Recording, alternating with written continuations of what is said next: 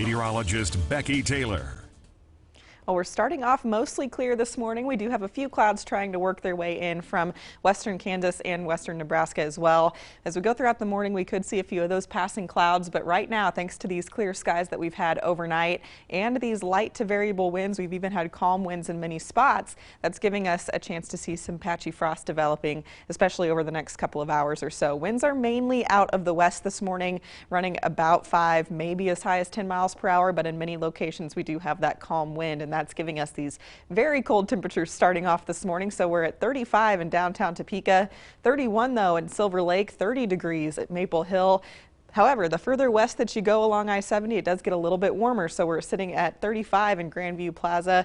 We're at 36 at I-70 in Junction City, 38 degrees in Riley, and we're sitting at 34 degrees in Clay Center. Still very cold out there this morning, so give yourselves a couple extra minutes. You may have to scrape off some frost this morning too before heading off to work.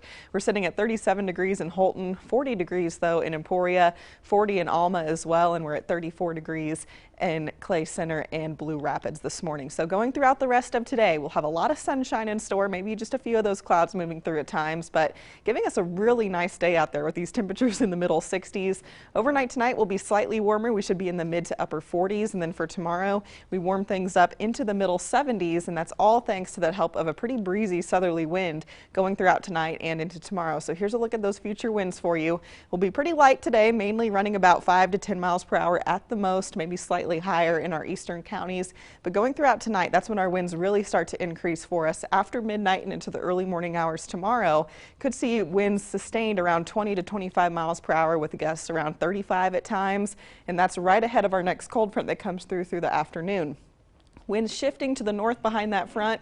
They'll be fairly light through the evening, and then they start to pick up as we go through the overnight hours on Saturday night into Sunday, and then we'll have another breezy day for us as we close out the weekend, and it'll be much cooler as well. Now here's a look at our big picture in terms of our satellite and radar. We've got this northwesterly flow in our jet stream here, and that's going to bring us our next system out of the high plains with that cold front and those breezier winds. We could even see a very slight chance for some rain showers. So I want to show you our future track. Mostly sunny on Saturday with just a few clouds here and there, but going throughout the daytime Sunday, clouds will be on the increase. And remember, we were talking about maybe the possibility of some snowflakes earlier on in the week. Now the models have all come into agreement to keep that well to our north for us, and we might get just a very slight chance for a shower or two south and east of I-35 Sunday afternoon.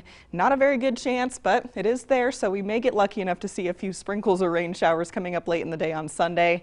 That starts to move off to the east, and then we might have another chance for rain coming up in the middle part of the week. So it looks like most of us should stay dry this weekend, but we do have that slim chance for rain.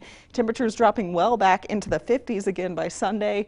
We should stay in the 50s as we start off next week, but then we slowly start to warm things up into the low to mid 60s, and our rain chances, they do actually look fairly good as of right now coming up for the middle part of the week, so mainly Wednesday into Thursday. Hopefully we can see that, those models coming into better agreement then, because we certainly need that rain. And oh man, I'm just keeping my fingers crossed. We may even hear a couple rumbles of thunder too if we get lucky enough. Gosh, it's so